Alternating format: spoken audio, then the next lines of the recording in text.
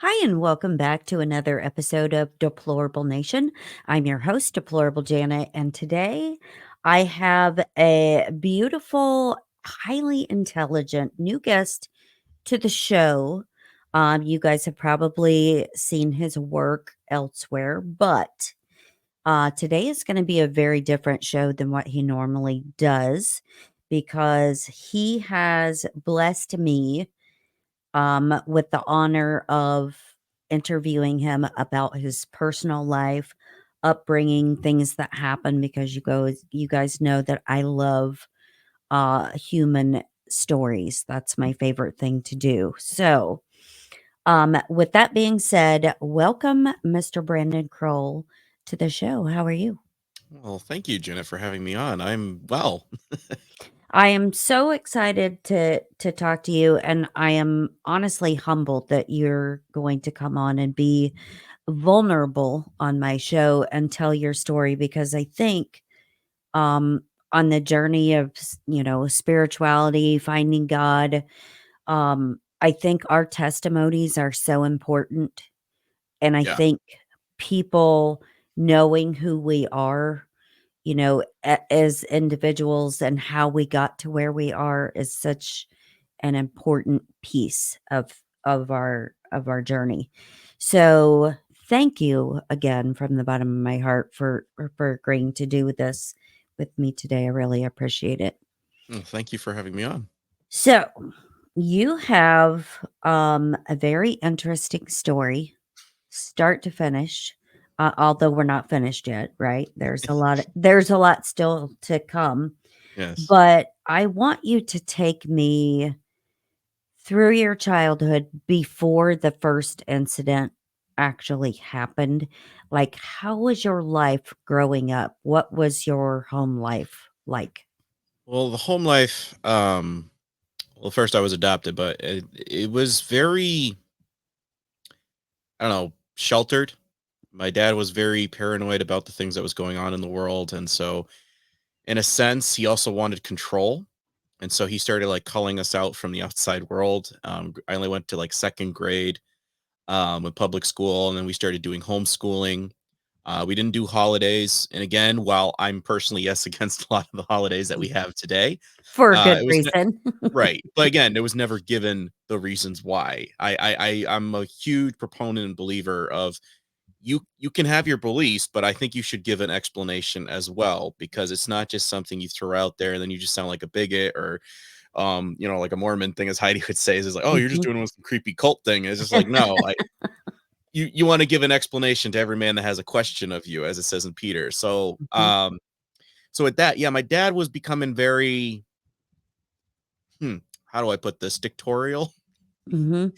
in the way he ran the household, and it started becoming very cult like. And I could go into more detail, but um just in the sense that we couldn't really reach out to other families. We couldn't really compare, contrast, like what's going on right now.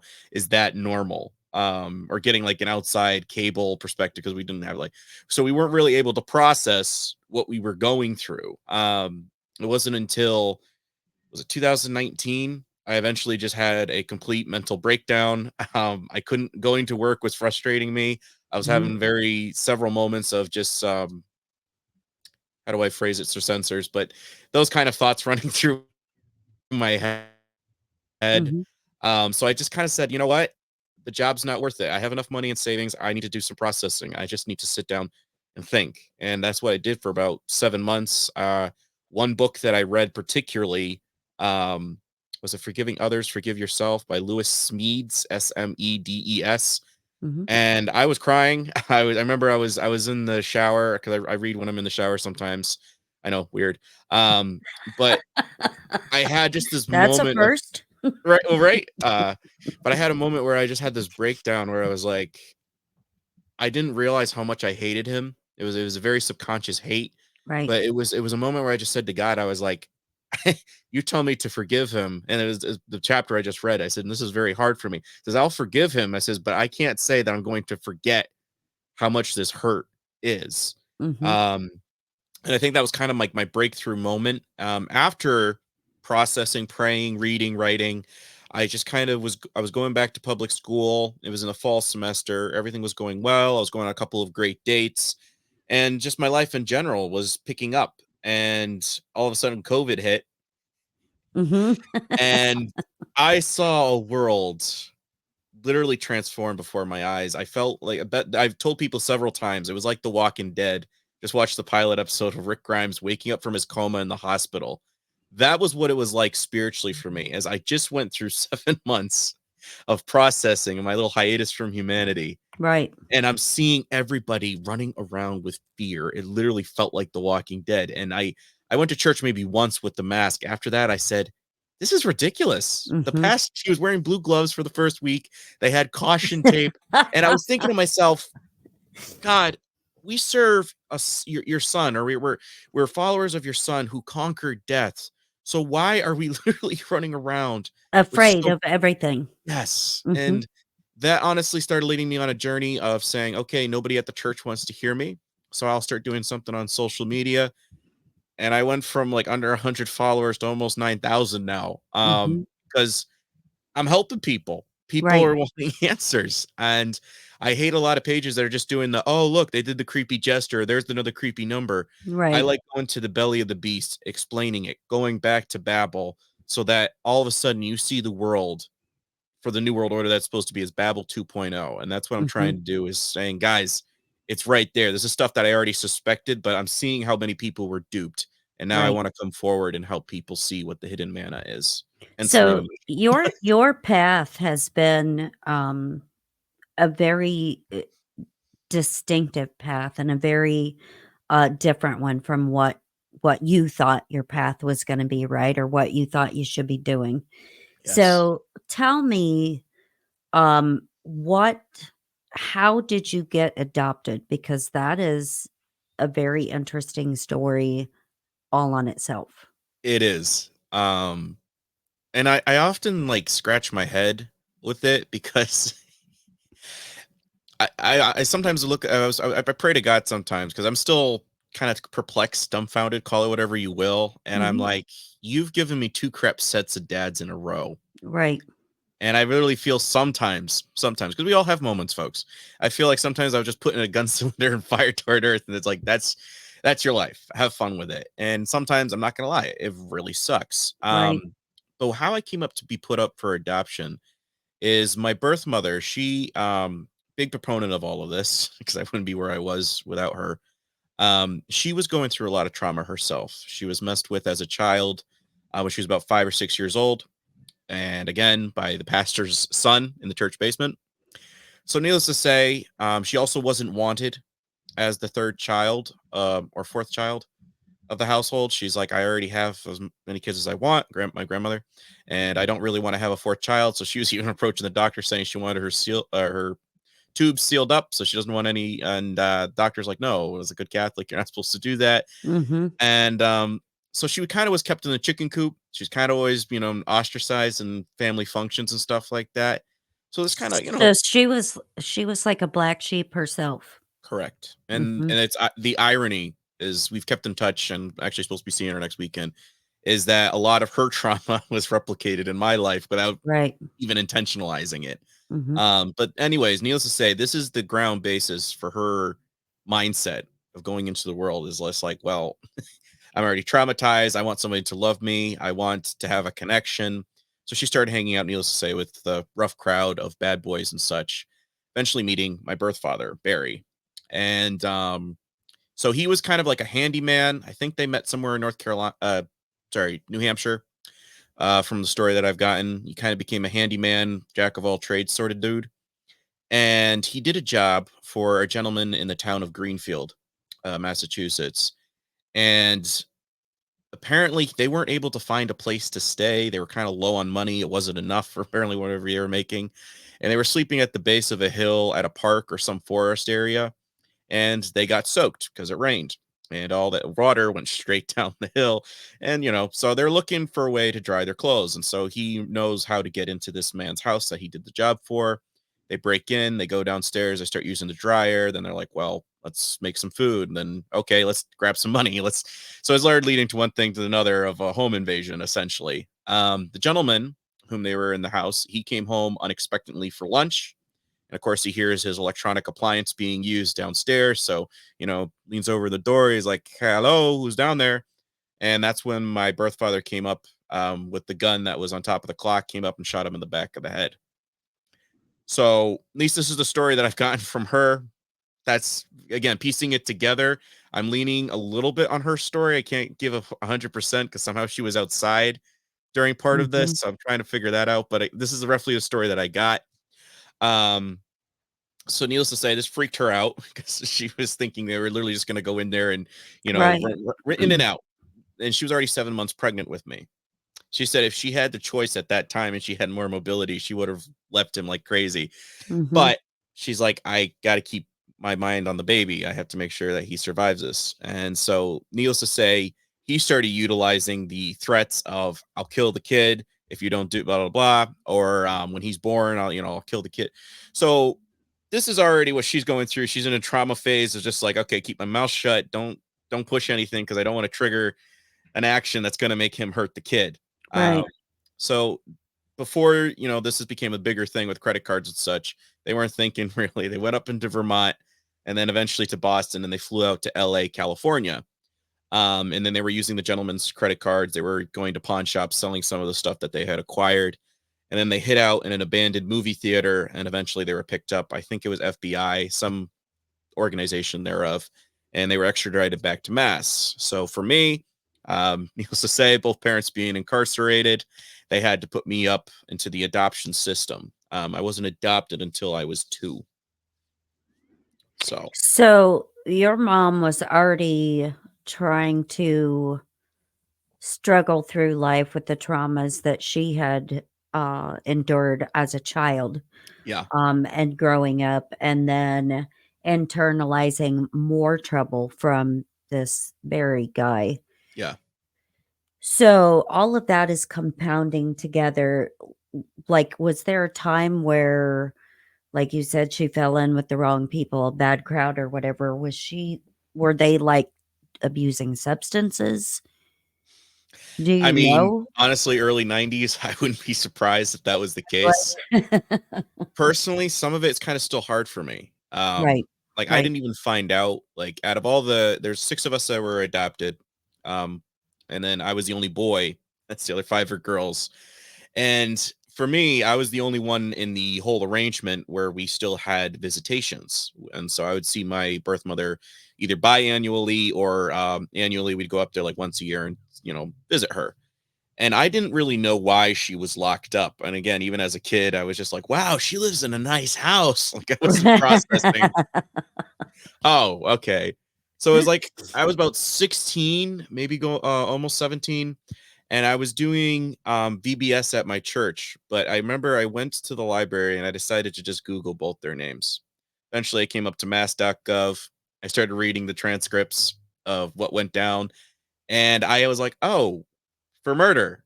Mm. Okay." Uh so I'm shock mode. I went to the church. I did the skit. I'm making everybody else laugh, and in my head I'm just thinking like, what is going on? Eventually afterwards, I was in the changing room with my buddy Evan, and I was just like, dude, says I envy people like you. It says you have a family, everybody loves you. It says in mine is like it's all A dysfunctional. mess, It yeah. it it feels secrecy, like, there shouldn't be this much secrecy within a family. This is again, I hear people complain always about their parents, but I'm like, "You're lucky to even have them." So I'm reading this Mhm. about mine, I'm just like, You're, like, mind blown, that's a whole 'nother level, and yeah. so, like, was your mom charged with murder too, or was it, like, conspiracy or something since she didn't actually pull the trigger?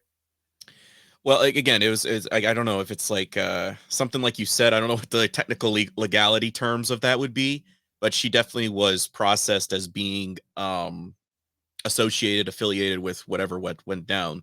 Mhm. The wrong side that occurred, and I actually know that this happened because I was reading the transcripts, and some people were saying that she might have been the one that did it.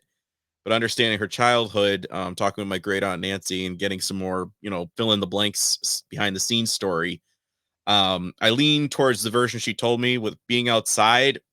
I'm kind of 50-50 on that because that doesn't make much sense to me. Mhm. But I think they were saying that during the transcript that she was smiling at some of the wrong times during a court thing. And I happen to know that's something that we do when we're nervous. I noticed that's in I the was just family. gonna say trauma response. Yes. Mhm. And it's not smiling as in relish, it's smiling as in just like this is really yeah, this is sucky. Smiling at the idea like this I'm not going to get out of this anyway. I think, but again, as somebody who's part of the family, you're seeing that as just like you're so malicious and you were probably part of it. I don't think somebody Mhm. who's 7 months pregnant is really in the mindset to do what transpired. That's just my personal take. But Mhm. again, So, it always makes you wonder, like, what's inside people's head because, yeah, like, was it necessary to shoot the guy? I mean, he had a or Marine background. So that could have been a little bit of a, I need to eliminate the obstacle here. right. Um, the gentleman that they have a race for him now every year, and I was almost thinking I want to go up there and run in it, but it was at the same time to be like I don't know. They find out who I am, it might be a blood for blood sort of thing. Mhm. But it just I read up a little bit about him. Very much loved in the community, and I think part of it is just necessary. It was just my dad's personality. Um, because I did ancestry before I was thinking clearly. I wanted to find out even more about my background. So, needless to say, but I've stumbled onto a relative on his side of the family, and she kind of wasn't sure how much I knew, how much I didn't know. She was being cagey at first during our interactions, and eventually she stated that there was one story when he was about 10 or 11 years old that the bus driver says, "I'm not driving the bus if Barry gets on." Mhm. So he's already had a very dark spirit about him. And my grandparents, they've moved like 7 times. I eventually found out where they are because I know how to do some digging, Mhm. researcher, and they don't want to even be in state when he gets out because they're afraid that he's going to come and get them. So much so that he traumatized the brother, and I think he claimed his own life. Just from the whole humiliation of what was going on, saying, Right. "Oh, that's your family," blah blah blah, and I think it had a traumatic effect on him. um, but yeah, I do lean that it was more sore towards him, just basing that off. It's filling in a lot of the blanks of this guy's been messed up since his childhood. And Mhm. I think I personally inherited a little bit of that dark um spirit, I guess, that he had. Mhm. Because prior to coming to Christ, I had a very violent temper. It kind of like I tell people, Like it's kind of like Hulk. explosive. Yeah, it was it Yeah. it was it was like Mhm. Hulk or Punisher. Like I just see red and I just want to go full on. Give me something to hold and I'll start swinging.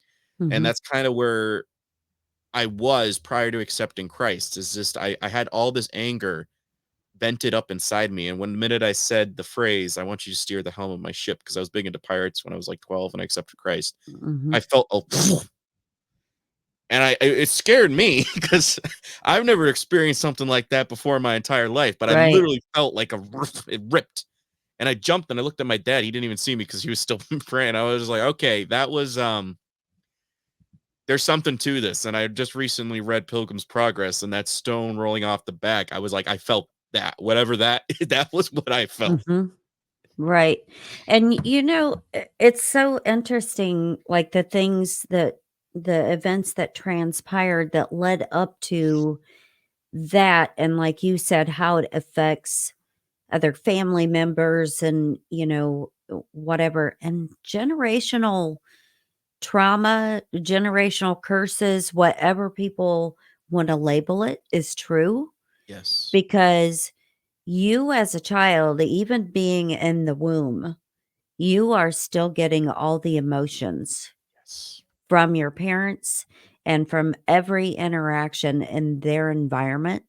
Hmm. And so, if your dad had like a violent past, a violent temper, your mom has all this trauma and stuff, unless people process the emotions that they have, because we store those Yes. in our body at a cellular level. And it's something subconscious that happens to us unless we consciously choose, Yes. to process all those emotions. They will come out and manifest in ways, whether it's through sickness or, muscle weakness or stomach upset, Yes. runs the gamut of things that happens. And I don't think a lot of people understand that is how deep trauma runs just from our family. So a lot of people you could interview them and they would say, "Oh no, I've never had any trauma in my life. Everything is perfect." Yes. But they have gender confusion or Yeah. they have the depression out of nowhere that they can't explain or suicidal thoughts or literally anything like that. And they don't know where it comes from. Yeah. There's always a reason, and it's always stemming from some kind of trauma, And always. that's what's happened with most of my sisters after the adoption aspect is, like I said, they're all suffering from traumatic Yeah, incidents, we have whether to they get realize it into or not. that story too. Oh, yeah. So, you were I'm assuming she had you when she was in jail? Correct. Okay. It only took about 6 or so weeks, and then I was born roughly around Thanksgiving, right? Like, she had to have Thanksgiving dinner in the hospital. Hmm. She calls me her butterball. Now, if anybody calls me that after that, I'm gonna come after you. I would only call you that in a term of endearment because I Mm, love turkey and I love you as a same, person, so same. there you go. So you're my butterball. Aw, thanks. So, being, that she had you in prison and that you were put up for adoption, you said you were adopted when you were 2, Yeah. and then you got your second set of questionable parents. Yes. So, take me through what childhood was like there Yeah. and the things that occurred with you and your siblings. Okay. Um, well, before I was put up for adoption, I had to go into an in-between home, and it was for people who have incidences. So, like my case, I had small ears, so or like the whatever it was in there. You probably know that as a nurse, but they had to basically put in an expansion tube Mhm. because it was too small. And Right. I actually, even when I was 14, I was digging around in there and I pulled out a little staple that was. It's like, Mom, am I a robot? No. It's eustachian tube dysfunction is a common thing, and lots of kids get tubes in their ears. Yeah. Mhm. Yeah, that was I always used to get a huge wax buildup till I pulled that out. Now it's been decent. I'm just like, okay, that freaked me out.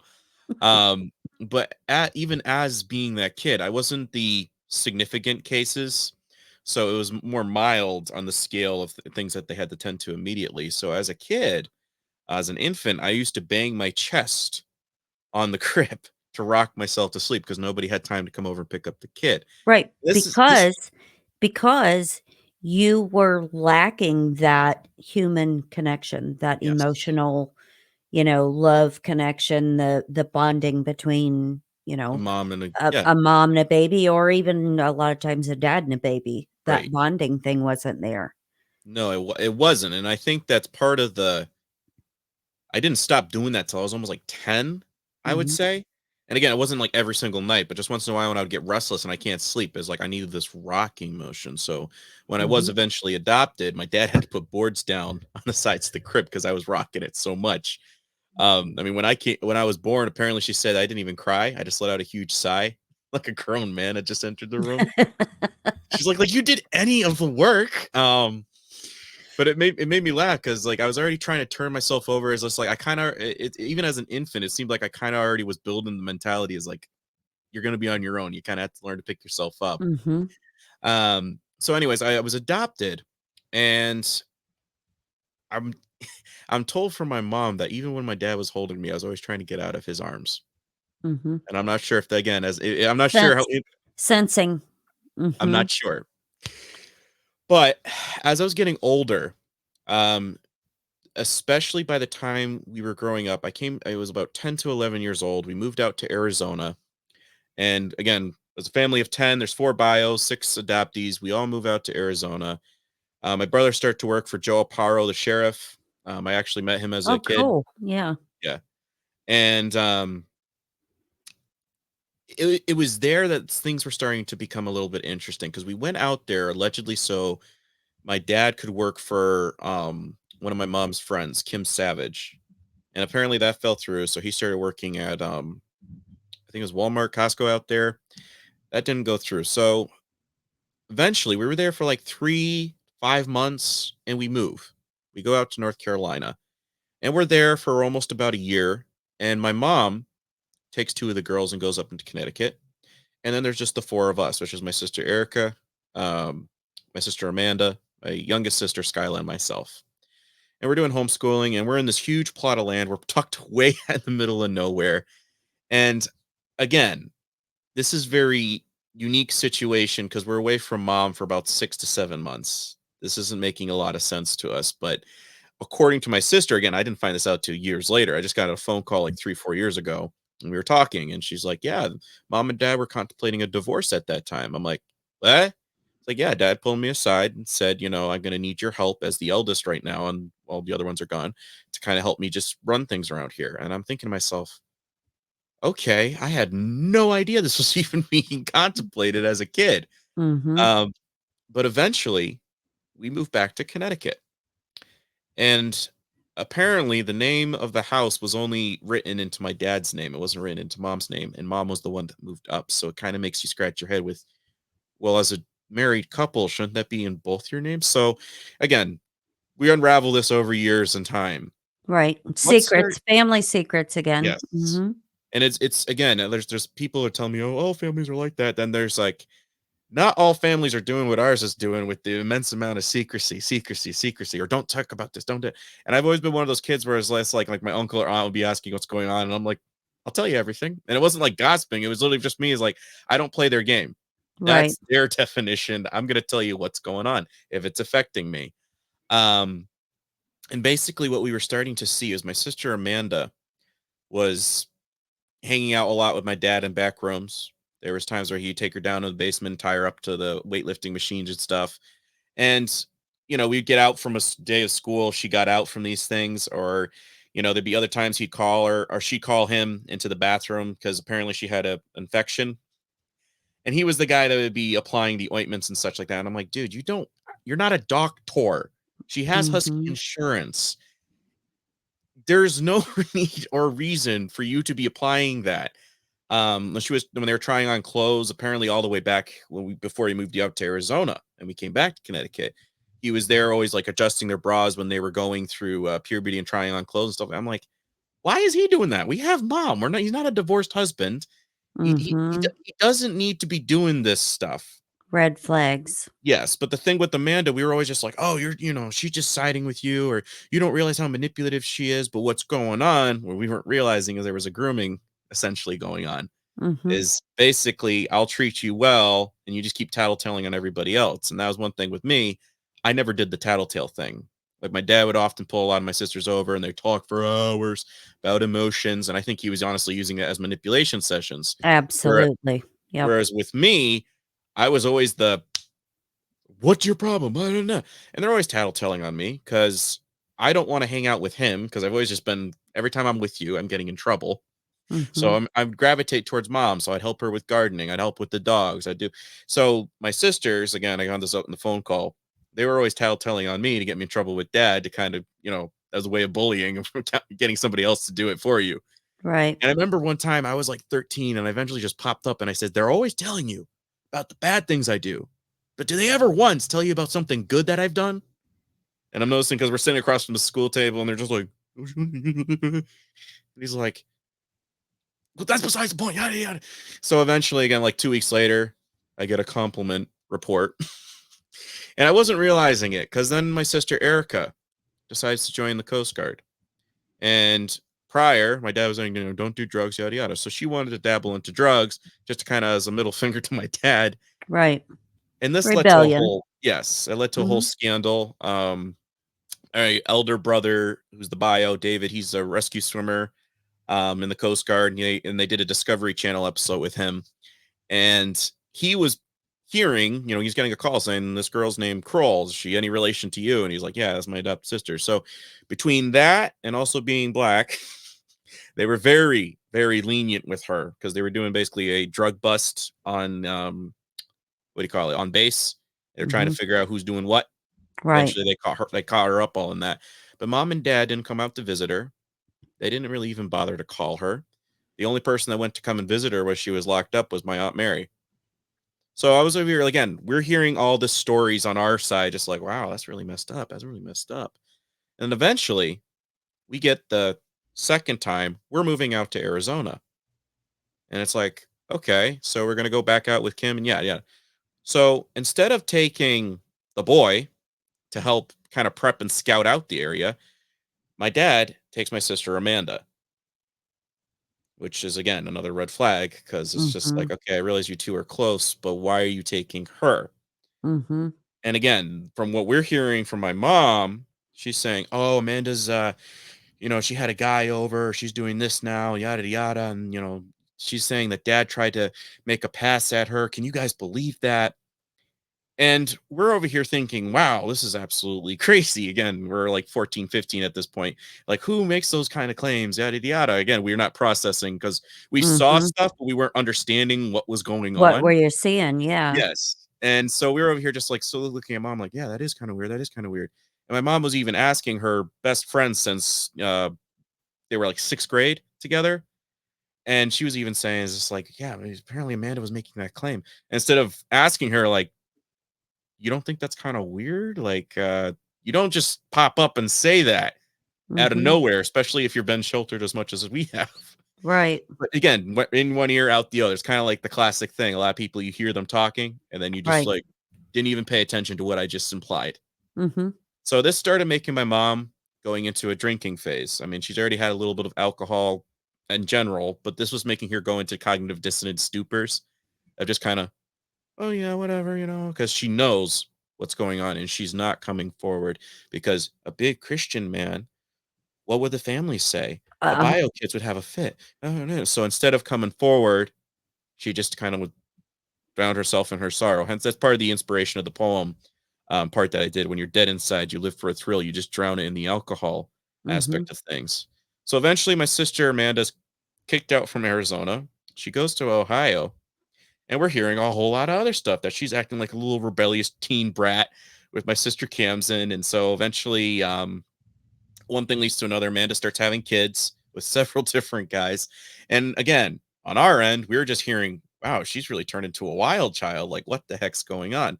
Not Mhm. realizing the trauma of this is how you get things in life. This is how she's doing it.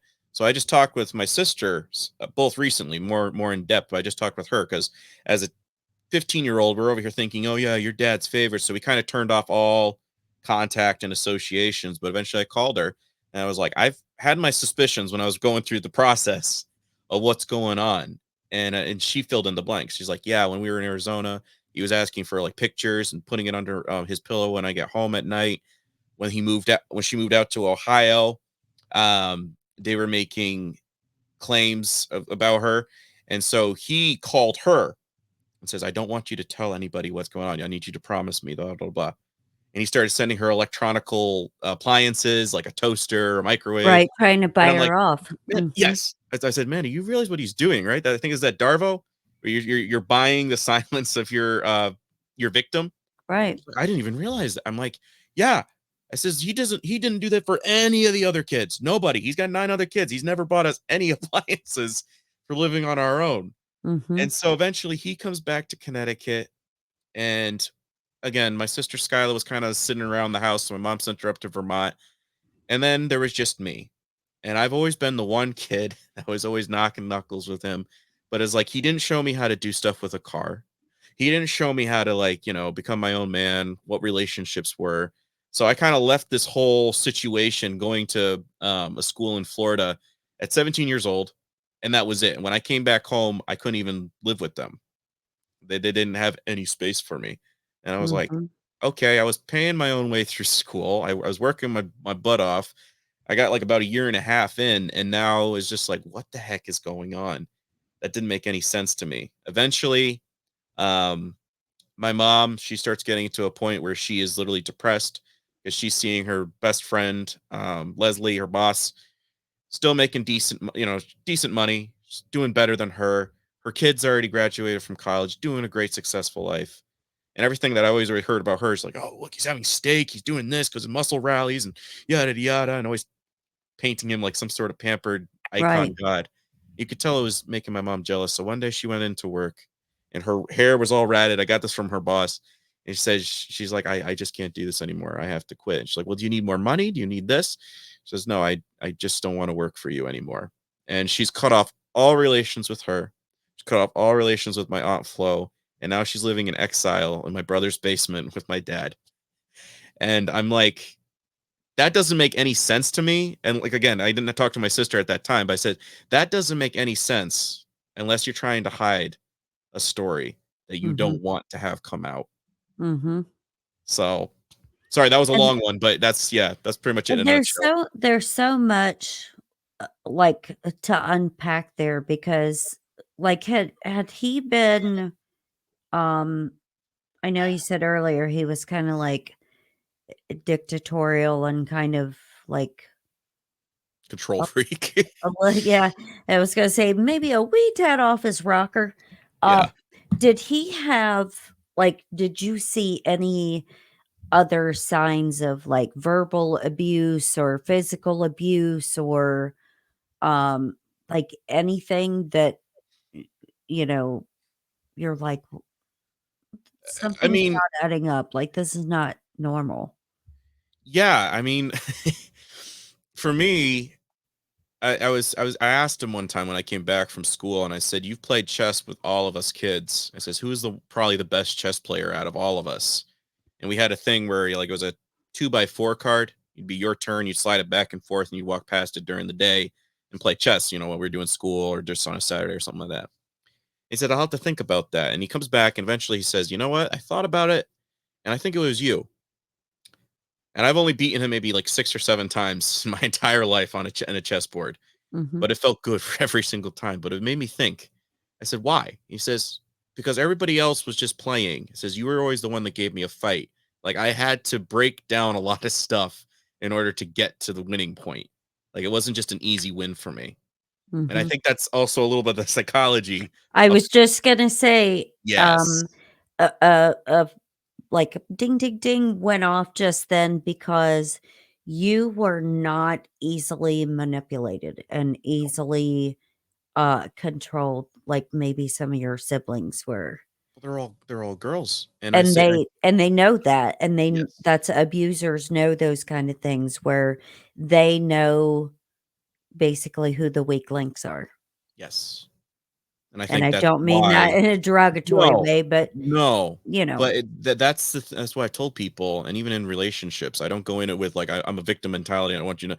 I go in with explanation. I says I know I got stuff still going on, but I'm at a healthier point where I can acknowledge it.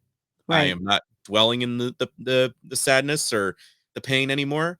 If anything, I've processed it. And then one thing I really hate: stop manipulating. I hate manipulators. I So hate do them I. Mhm. incessantly. Like if I see it, even when I see like a girl I was at camp, they were dating. I'm like, I'm telling you, he's a player. Like I know this telltale signs. Mhm. And with him, I think that was always the thing that irked me the most is that I could tell, even without knowing what it was, is that you're using these people. These Mhm. are people who are supposed to be under your charge and under your care. And you are basically manipulating them because we have no outside source whatsoever to compare, contrast, to bond, to try to build It's easier connections. to control that way. Well, I even asked my sister, I says, "So when we were out in North Carolina, the building design was like main part of the house, kitchen, and then you had the hallway. And in the hallway, you had the bedroom, you had the kids' rooms scattered throughout down the hallway. We moved to Enfield, Connecticut. It was almost a similar design. It was right down the hallway, bed, bedroom, main master bedroom." I said, "When he moved out to Arizona with you, what was the shape of the house?" I said, "Did they have a little thing in bedroom?" She's like, "Yeah." I says, "That's 3 times in a row that he got something that's like a corridor." I says, "You know what that is? That's a warden. He's keeping an eye on the prisoners." Mhm. I says, "There's statistical odds of finding 3 exact Right. structures That's just not a like that." coincidence anymore. Yes. Yes. And again, I just like she's like, "You're filling in a lot of blanks for me." I'm like, "'Cause I studied this stuff for a while. I wanted to do, Mhm. law for a bit because I love Criminal Minds. Mhm. And as also as a writer, I like the psychology aspect. I may have not Right. emphasized psychology, Same. but you think like what would this character be going through, or you put your own self in this character's shoes. um and that's always been a thing with me, even as a kid. I've been doing it since I was like 11 years old. I love writing. I love talking about the story and walking myself through the pain, as opposed to, like, trying to do myself in. I had to, like, process it, put it into a character's mindset. How do I Right. make this character really tragic but relatable at the same time? Um, and You I know what think, I think a lot of sorry, that is too? I think, with you, like, writing is cathartic for you. It's like an yes, escape, and also a way to get out, like, all of your feelings and all of your emotions and put that pain behind whatever you're writing yes. to help heal. Well, that's why I told people with the song that I put to the post, "His Imaginary World" by Abney Park. That's probably I cried the first time I heard it, because I Mhm, every single lyric and stanza, I was like, "That's me." It's like I've hidden myself in this little imaginary world of writing. People are like, "Wow, that's so great! I can see it." Or, "Is that a movie? Is that a show?" I'm like, "No, that's my universe in my head that I'm mhm, creating," because it was even the premise. It was like 16 and a half years after a massacre where all the moms died. And you're mhm. dealing with orphans and widowers.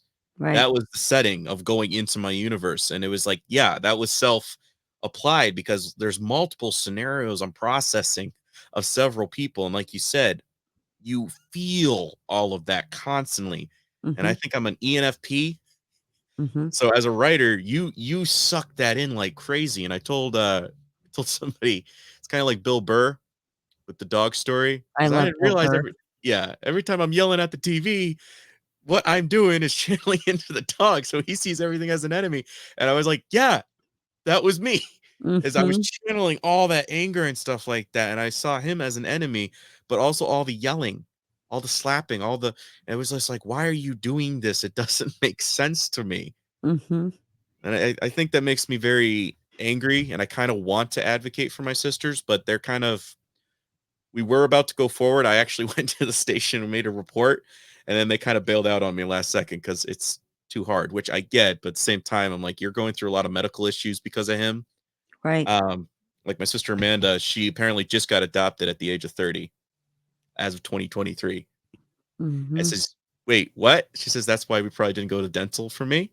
That's why mhm. we didn't know. I was like, this didn't trigger anything within the state of saying, how do you certify somebody that's 30 when they're supposed to be 18? I said, that's somebody covering up tracks here. And Right, apparently the limit is supposed to be like 5 kids. So you had a plus one who is like in a foster home scenario, but that's the one you mainly emphasized with your torturing of. And right. I'm like, that's just sick. That's just sick. Yeah, and it makes you wonder, like, what goes on in people's mind that are abusers? Like, what is ingrained in them where, number 1, they're interested in a child in any way, shape, or form, and number 2, like, the manipulation that takes place. I mean, yes, their children are vulnerable, and so they're easily manipulated, but what triggers them to be like, "Oh, this would be a fascinating thing if I could, bend them to my will and get them to do my every bidding." Like, It's a sick fantasy. And I was just talking with a neighbor the other day, and she was talking about another girl. I was like 5 years old, and that's when her dad, I was like, he was actually having intercourse with his own daughter. I'm like, I mhm, can't process that. I mhm, and even with her, I was like, did he ever? She's like, no, he never went to that extent, but he was very hands on z nevertheless. And I'm like, I don't understand that, but I understand he had trauma as well. His dad was an ex-Nazi fighter pilot, mhm. and he used to smack him around a lot with the belt. So maybe it was a transference aspect, and he knew he couldn't go up against another man, so he put it on another innocent victim of a daughter. Um, I don't know, It but makes me wonder if it's like, because they're lacking, like, love and affection, like, when they're growing up, yeah, if somehow they use that as transference onto their kids, like, because they don't really know how to love, yeah. that's how they, like, infer, I guess, in themselves that that's them showing a love to a child. I That's often wonder that, and I'll tell you why. It's no secret. Everybody that listens to the show knows this, but my ex-husband sexually abused my daughter, um, mm, and a neighbor child. And I always wonder, like, what other than him being a complete and total narcissist, and everything was about him and whatever makes him happy and whatever satisfies him and right. whatever, that's the kind of person that he is. But I wonder if that's not, like they can't really figure out what love is or how to love, and so that's how they They get a warped translate things. perception of it. Yeah. Mhm. So, did your parents, like, so they moved, like, a lot. Do they Yeah. have family members in all of these states? And Arizona Because was just, moving is expensive. oh yeah. And apparently, you when we're done with our adoption phase of living in the home, according to my sister, she'd been doing some research. Says we were supposed to be having like $15,000 or such, so per kid. Mhm, When you, it's basically it's like almost like a severance thing, like go live out here. And I'm thinking to myself, wait a minute. So they had like 6 kids, or was it 15,000 per year? I don't know, something like that. I mhm. did the math. I was like, that's almost like a million something that they have that they never gave to us, any of us adoptees. She's like, yeah. I said, so wait, were they just using us for money? That's and, that's what a lot of, like, the foster system, the adoption system, whatever, a lot of people are in it, not for providing a safe shelter for kids and, a safe, happy home. It's all about the money that they get from the state. Yeah. Always. And I think that was honestly the thing. With North Carolina, we didn't know anybody. It's just, oh, it's nice scenery. But when we came back to Connecticut, it was again, stomping grounds. We know this place and we know some people here. Um, and I almost kind of wonder, like I was saying to her, I says, is there a reason? Like it was kind of like almost playing the shifting ball game. The magician is just like we're here now, we're here now, we're here. So it kind of goofed up the whole system with moving because we were never filed for insurance when we were out in Arizona, and they were always saying like, "Don't get hurt because we don't have insurance. Don't get hurt because we don't have insurance." Mhm. So maybe there was some sort of thing going on where they were intentionally doing that. We really don't know, Now but this is gonna be fucked up, but I have to ask this because it just popped into my head. feel free. Do you think that it's possible that they moved so much because they were trying to hide any of you? Oh Like, yeah, I can see it, somehow miraculously they got kids got placed with this family and they just up and moved all the time so that the state would not know where these kids are. especially with my sister Amanda. Yeah, I because know like that's really weird, but I that I no, was like that just kind of set off a red flag in my the head. cutoff is supposed to be apparently 5.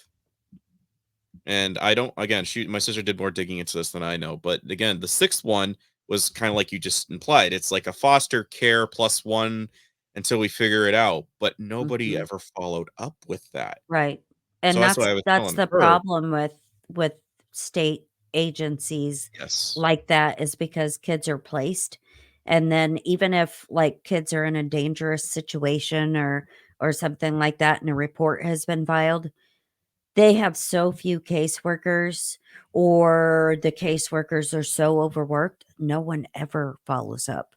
Yeah. That's why it is so easy to, like, kidnap children from the foster system or homes or whatever, because there is no one to follow up and say where these kids are at. Right. That's why there's so many lost kids in the United States. And that's terrifying. But I'm laughing at the irony of how I got into that home was because I'm reading the transcript. I was in newspapers. I was known as the child or whatever. And I'm reading this like, wait, that's me. But nobody wanted the kid of the parents of murderers. So it was just like I was known in Massachusetts at the time. It was like hot press news. So nobody was Mhm. like, oh, you know what? I don't really. And the mom still wants to keep in touch. No, I don't, so the social worker was like, "Well, you already have 3 lovely daughters. Would you like to have this, kid that nobody wants in Massachusetts?" And that's actually how I got adopted, and that's the only boy that they Mhm. adopted. Everybody else was a girl, and that's something that my buddy, Mr. Dana, he was telling me is that already is kind of a red flag that they didn't try to balance that out for you. Because by the Mhm. time I was like, I don't know, 8, 10 years old, again, we moved to Arizona, but my brothers were already doing work. They're already out of the house for most of the part. So I didn't really have any brothers per se. It was more like a token additional brotherhood. It wasn't anything that we ever built on that, and I still feel awkward as I'll get out during family reunions. So I'm Mhm. just like, I have nothing in common with you guys at all. Right. And probably really difficult to, have a conversation or with them or whatever because you don't really have a relationship with them. They Oh, don't yeah. know you, you don't know them Or they don't know what went on. exactly, or maybe they did and mm, mm, Apparently my brother Danny mm. tried to make a pass at Amanda again. He's like, well, we're not related.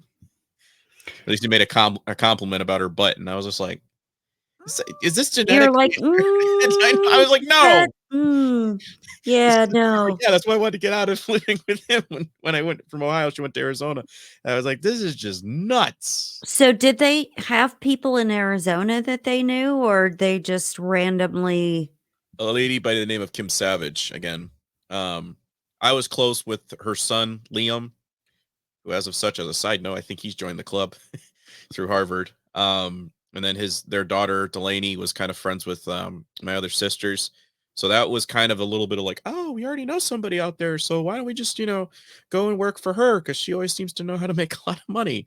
And then that fell through because she was going through a divorce and she's kind of bounced around through a lot of relationships as well. That's kind of the thing. We've always bumped shoulders with every family, with a lot of ones that always have secrecy or they're very controlling with their kids. Like the house churches we go to is just like, okay, this is kind of there's house church, and then there's like they're kind of just like us.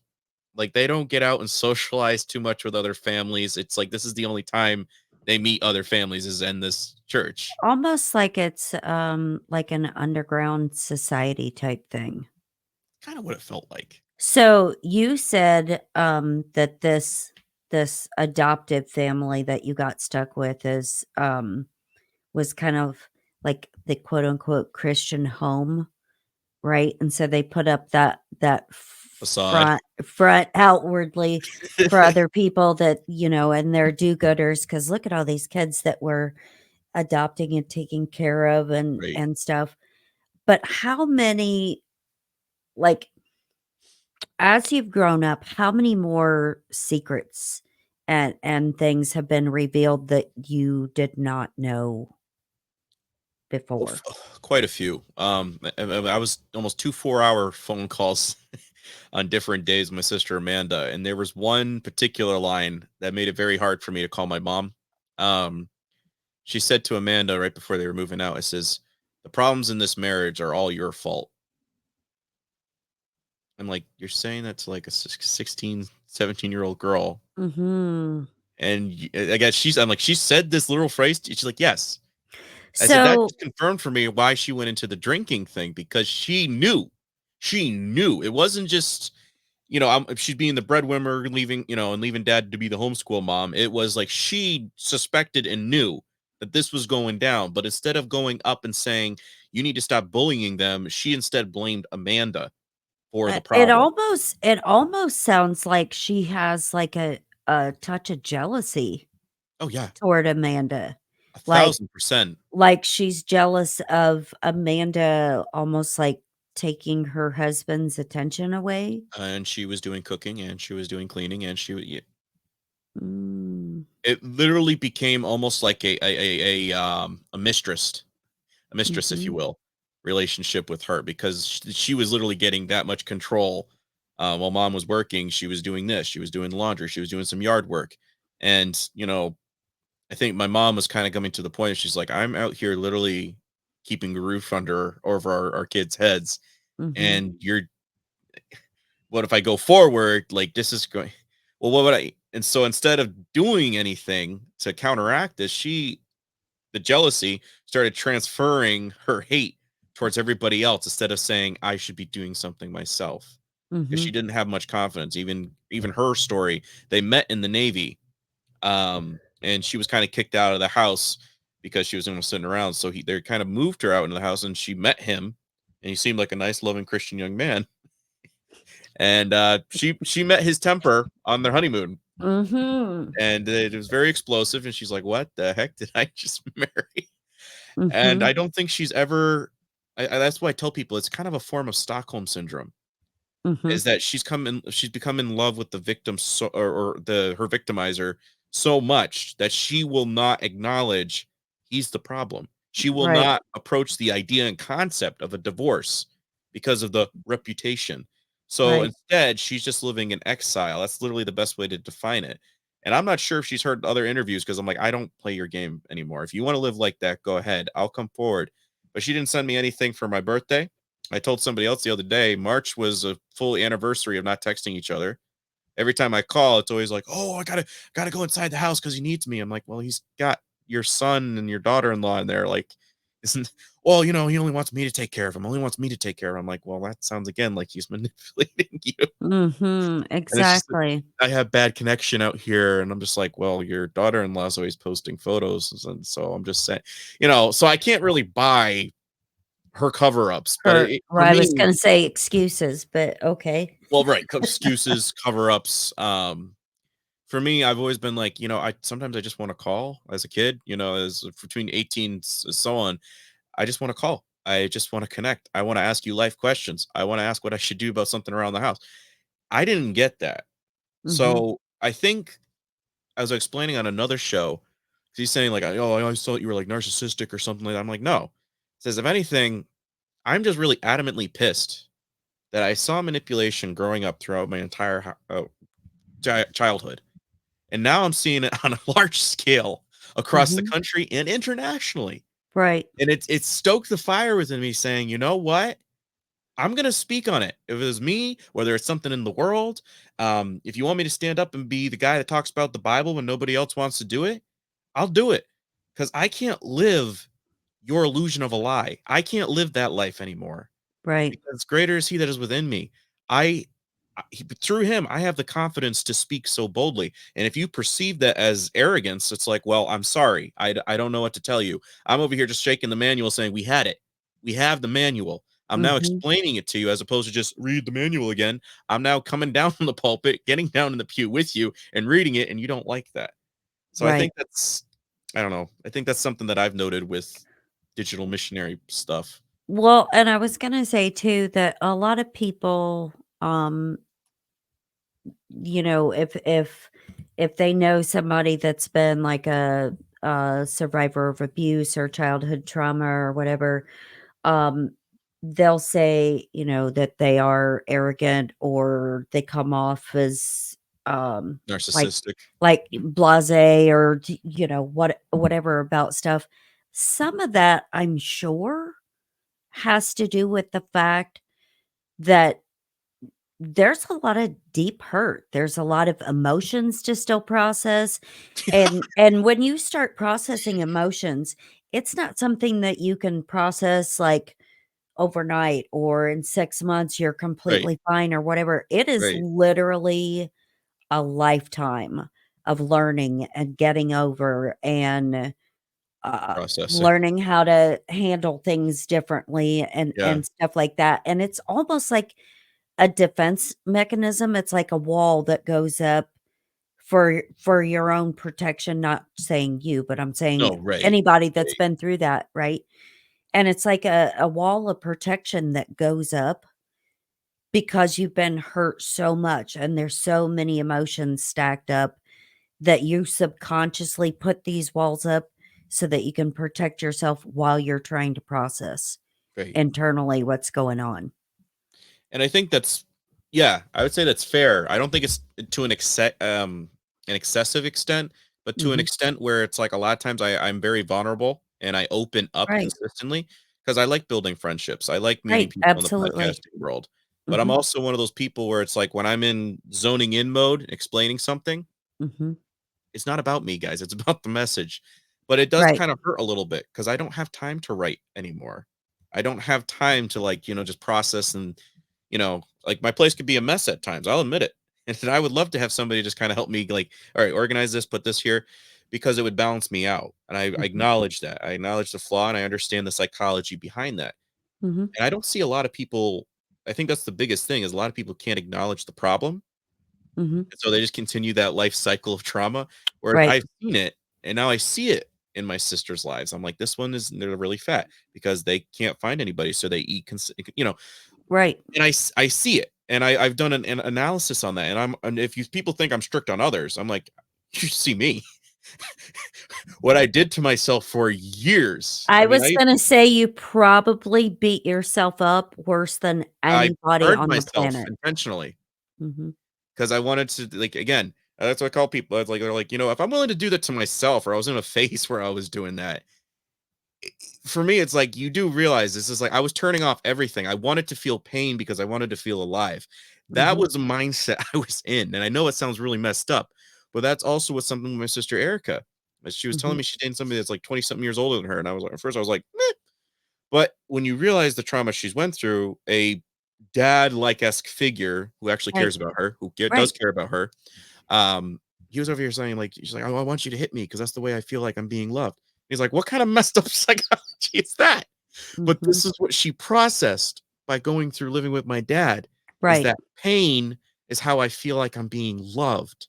Mhm. My other sister, Camsen, she had the American dream husband. Like, she wanted therapy. He paid for therapy. She wanted a vacation to Mexico with her girlfriend. She wanted to, go out with me when I came out to visit him. And he's there. He's like, yeah, I'll babysit the kids. No problem. No problem. No, never complaining.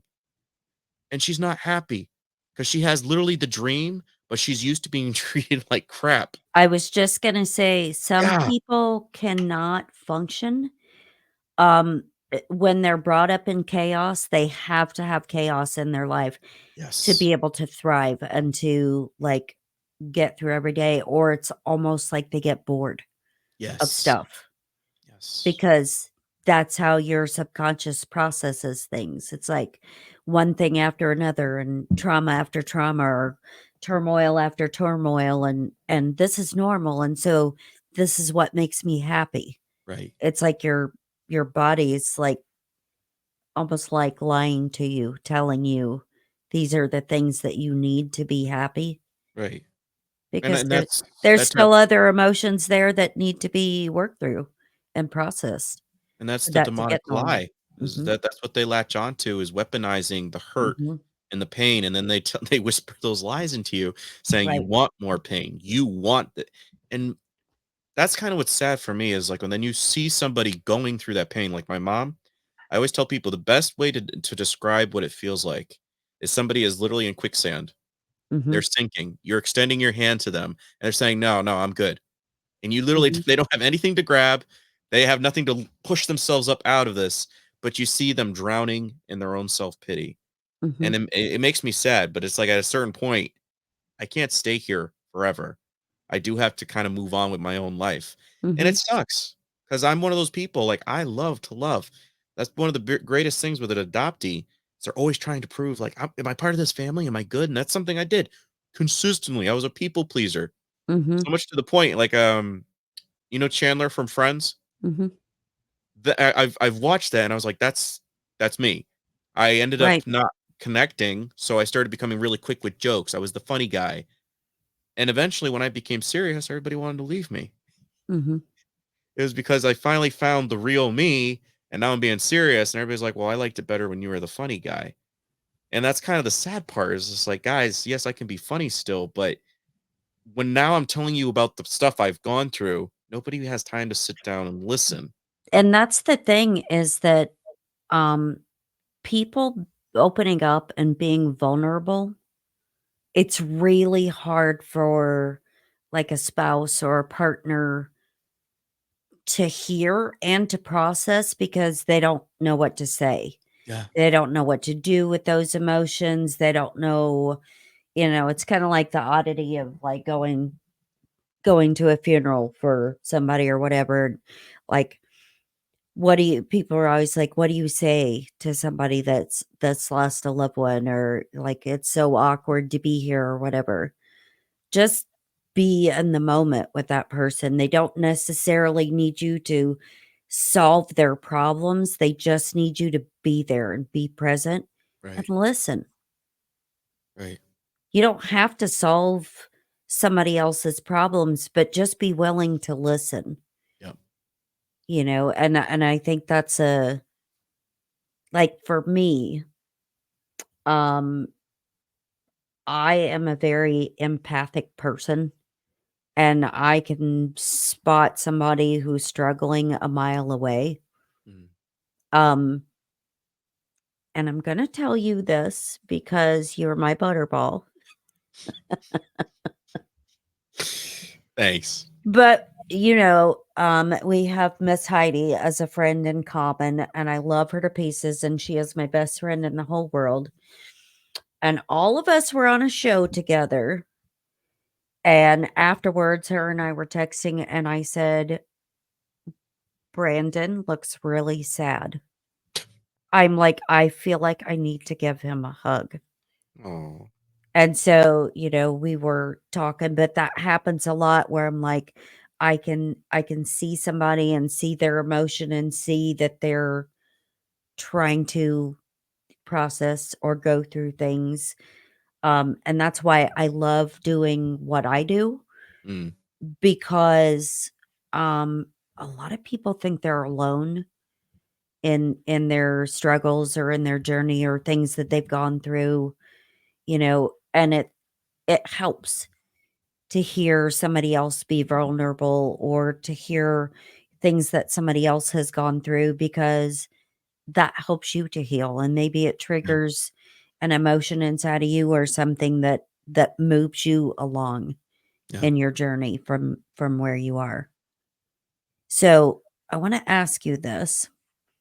Um how do you think that going through the traumas that you went through like shaped your beliefs as they are now? I think honestly, I kind of already implied a little, but I think I'm also at the point where it hurts like crazy, but I'm also very easy now to just cut a friendship off. Like I had up to 400 Right. something friends on Facebook, but I was like, fake, not real. Mhm. Don't care about the serious stuff. Always criticizing me when they do comment, out, out, out, out. And I Right. kind of came to the point where I'm like, I'm very okay with it. I mean, it sucks, but kind of cutting off family, not Mhm. intentionally. I have tried everything and above board, and I've told this to my buddy Dane because he's going through something similar. I said, I have tried literally for decades to try to connect, to try to find a common link, to try to Mhm. find at least one. And then I'm like, they don't want it. And they can put all this hashtag God bless and all this happy smiley stuff. I said, but when I'm there, I feel fake. I feel Mhm. like you are fake with me. I Mhm. don't even feel like I can open up about like, oh, I like writing. This is what my there's no connection whatsoever. Right. And I think that's kind of what I've come to now with the podcasting world is like I was building a little bit of relationship with Nick Alvier. He was going to be my boss. I was going to have like my it was technically like a Daily Wire almost like setup, but it was for conspiracy theories and stuff. And we were building a really tight friendship. And then come to find out they've been using him to like as a manipulated almost kind of like an MK Ultra like victim. Because one minute he's saying this, next minute he's saying that. And I'm like, dude, there's something changing from the Mhm. personality that I was talking with. Like I can feel like yourself. I can feel a good vibe check. Then he got rearrested for a bit and he came back and everything changed. Right. So for me, that's been really hard because I was really quitting my job to go and work for this guy. So now I'm literally living off of the donations of followers because again, I'm seeing it as a digital missionary service for folks Mhm. because I got tired of going to church and they're not talking about the serious stuff. Amen. I got tired of like we are living a lie. We're superficial. We're like you know how they dye toilet paper to make it look white and pure or paper towel. The Mhm. sugar, it's white, white, white, and like Mhm. that's how I see a lot of people these days. Is that you like dyeing everything to make it look white, but inside it's hollow, it's Mhm. fake. And I don't want that. I want to get to you. I want to be real with somebody, transparent. Right. And I think that's honestly what we're supposed to do as Christians. We're supposed to not like the things of this world to almost a radical extent, that Right. we are literally striving with everything in our being for the kingdom of heaven. And I think that's what throws people off when I tell them I'm not a patriot. I'm not this. I'm I'm okay with dying. Like tomorrow, cool. And Right. everybody's freaking out. They're like, well, you have your whole life ahead of you. Blah, blah. And I'm over here like, I gave up my savings in 401k because I literally said to myself, I'm not gonna live to collect.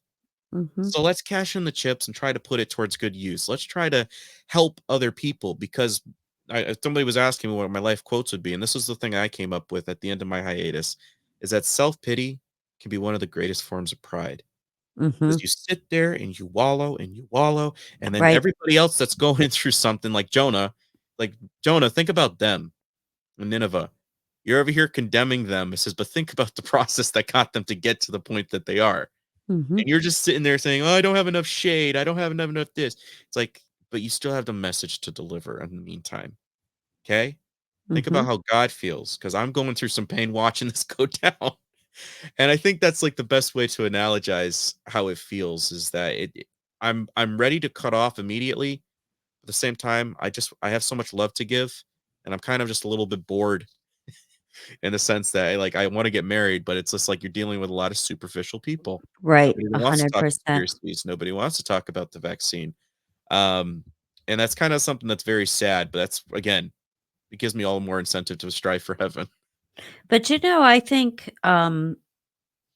one of the healthy things that you said, that's important, along your journey is the willingness to cut off relationships Yeah, and to sever relationships because you can give of yourself freely to other people and try to make the effort and try to make things right and repair things that are damaged, but you can't control the heart and the will of that other person.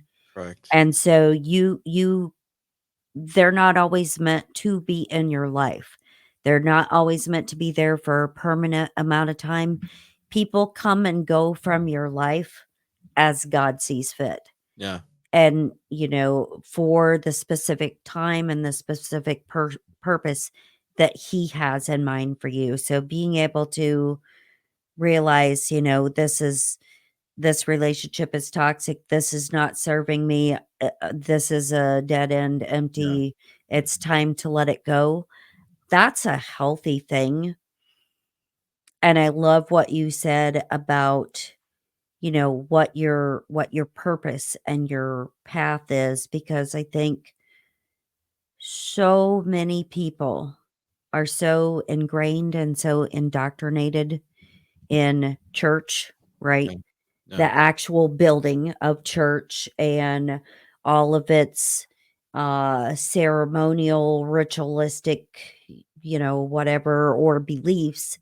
And a lot of those are so hollow yeah, because it doesn't get to the heart of what scripture says yeah, and what we're supposed to be doing. And I am like super thankful that you do what you do and that you can bring purpose and meaning to things that hopefully people get something out of and they're like, "Oh my gosh, I never thought of things that way." yeah, You were given, a gift from God and blessed for education, for teaching, for writing, for speaking, the whole 9 yards.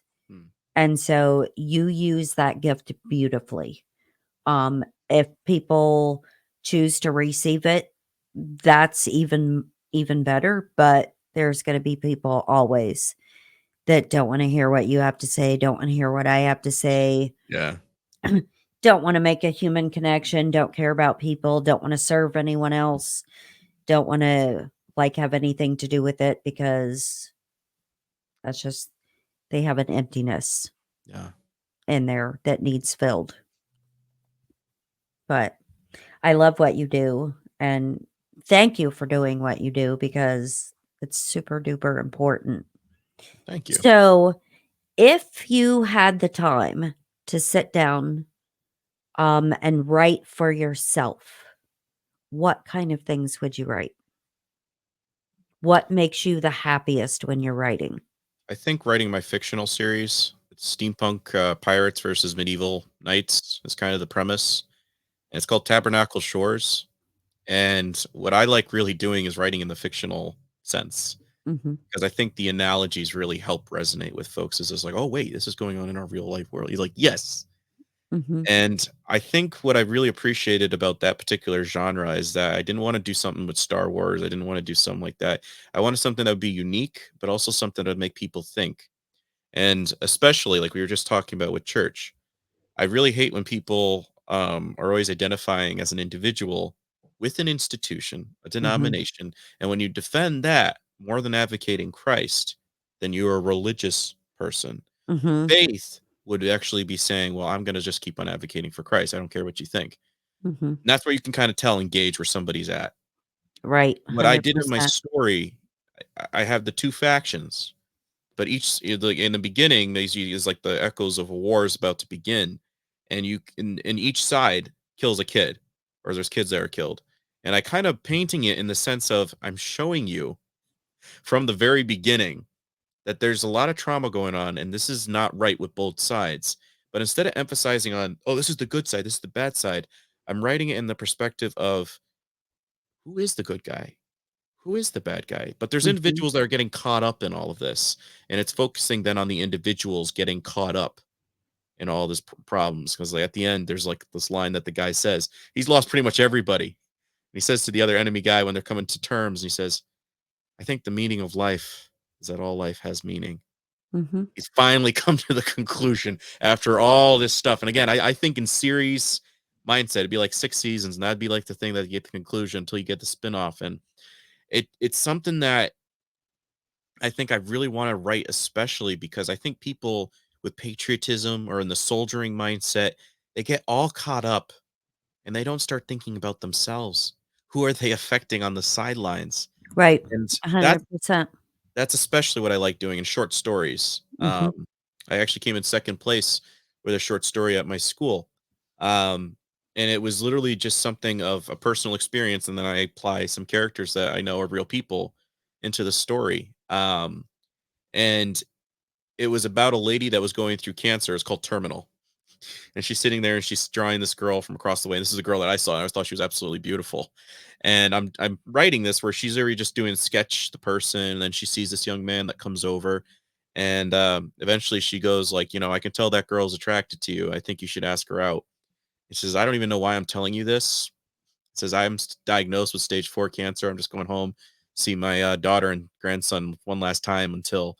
And so the whole time she's drawing this girl, she's seeing her shake her foot. It's got a little ballet shoe, and this is what the girl was wearing at the airport. And eventually she's walking away. She hands the piece of paper to the guy, and the guy goes, well, what do I say to her? She turns around and she points at, look at, points at her pad to tell him to look at the paper, turns it around and says, ask her if she likes to dance. And just that whole experience, like again, I was sitting next to a lady at the airport. I had a sandwich, and again, I'm putting all of this personal experience mhm. into a story to make somebody go, "Wow, people don't do this, but if this unique situation did." Especially airports. I love airports immensely. I get so much inspiration. I But liked, yeah, I have we used to enjoy people watching, and we would go, like, downtown or something and just sit there and watch people and just trying to figure out, like, what their stories are, yes.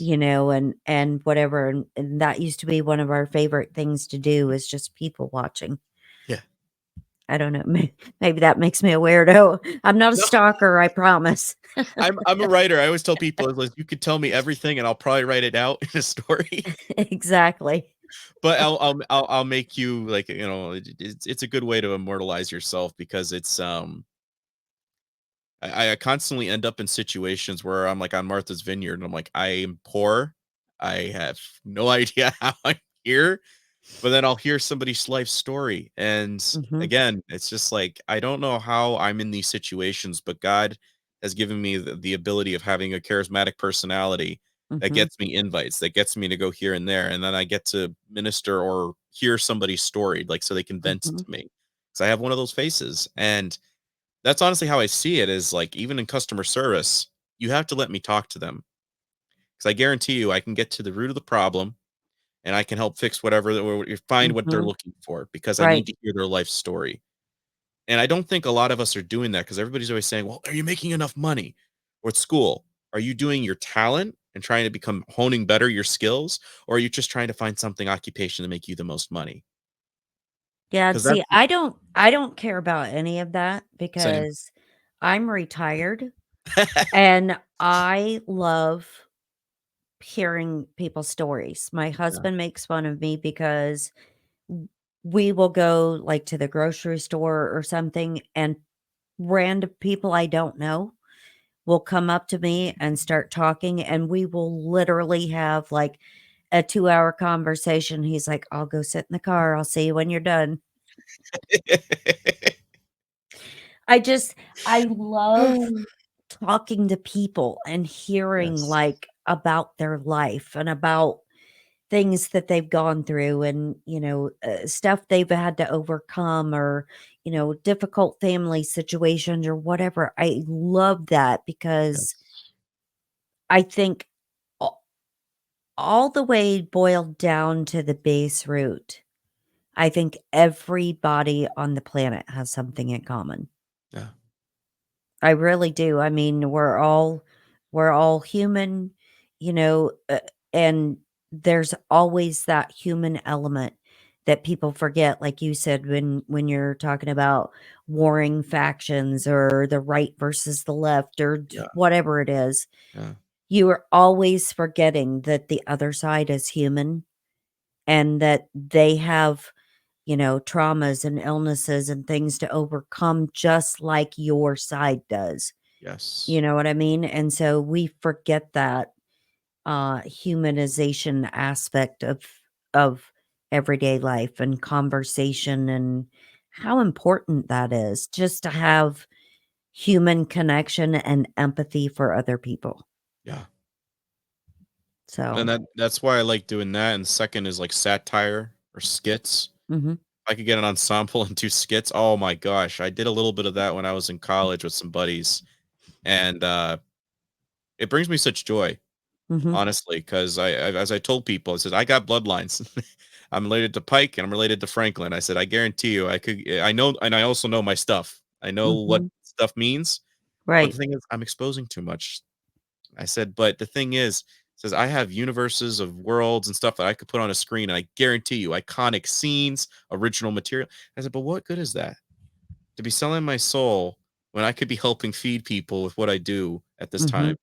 mhm, To just wake people up, and it's like, it's worth the sacrifice, but I'm not gonna lie, it's a little bit hard for me because it does feel like I'm giving, like, a part of my family away of my creativity, you know what I'm saying?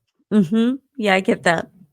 But I'm glad you have an outlet. I'm glad you have multiple things that you do that are creative and healthy for you and healing at the same time.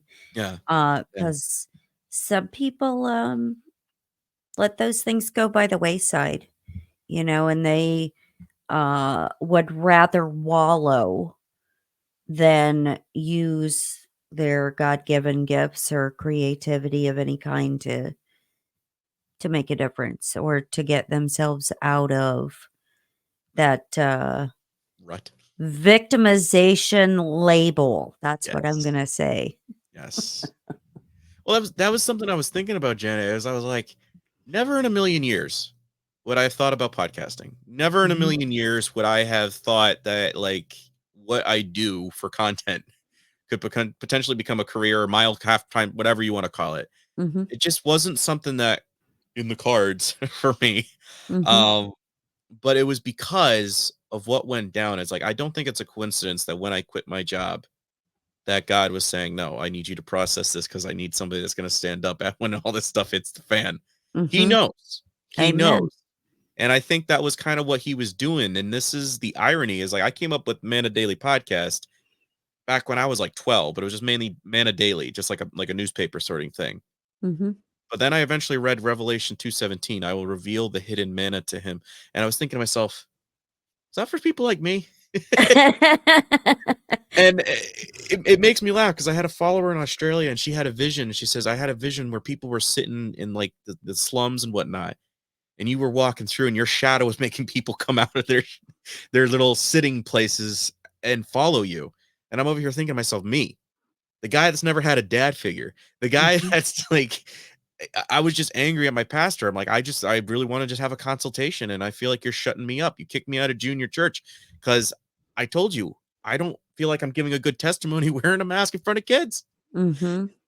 And I think that's kind of how God uses it. Is just like, yeah, I understand you went through some stuff, but that's what I was molding you for such a time as this. Exactly, Yeah. because God uses people that you would least expect him to use to carry out his will and his purpose and Yes. his plan for things, and you could have been the biggest drug addict, alcoholic, Yeah. whatever, and he's letting you go through those things in life, right? Yes. To shape your experiences, to create knowledge and wisdom for you so that you can turn around and use that to help someone else. Yes. Always. Yes. Always there's something that he's using people in very amazing ways, and some people are very, like, resistant when he's trying to tell them, "Hello," he's knocking on your door, ringing your doorbell, going, "Hello, Jeremy, you're supposed to blah, blah, blah." And Jeremy's going, "Nope, I don't want to. Mm-mm, not Because gonna do it." it's loving the things of this world, and that's what patriotism, that's what for retirement, Mhm, and that's funny because there's always, well, what are you doing for money? What are you doing? I'm like, it's enough. That's mhm. all I'm wanting is just enough. I don't need 100%. no Joel Osteen jet or this thing, that thing. I'm like, I just want to make sure people are getting it, and so that they're secure. So if persecution comes, you're confident. Brandon's already told me about this. I feel confident now, Amen. and That's that's that's the way I feel 100%. I'm not one for, like, shopping sprees and what I don't care about stuff like that. yeah, I like to live simple yep, and to serve other people, like, all the time. That is what brings me the greatest joy out of life, yeah, and whatever I can do to help other people, whether it's, emotionally or physically or, whatever the case may be that he calls me to do, Imma do it. yeah, yeah. So, tell people, Mr. Brandon, before I forget, where can they find you and your work and all of that good stuff? Yeah, like I said, Man a Daily Podcast, all one word, on Rumble. You can also find that on YouTube. And again, some things are more controversial, be Rumble until they amp up their anti such and so laws. Mhm. You can also find me Krollology, like the name you see here on the screen, just olog lower underscore 101. And if that doesn't work out, you can find them Man a Daily Podcast on Instagram as well. But I'm not really doing that too much right now. I'm trying to just focus until they nuke one account until I go to something else because it's too much. But yeah, Hmm. that's where you can find me, folks.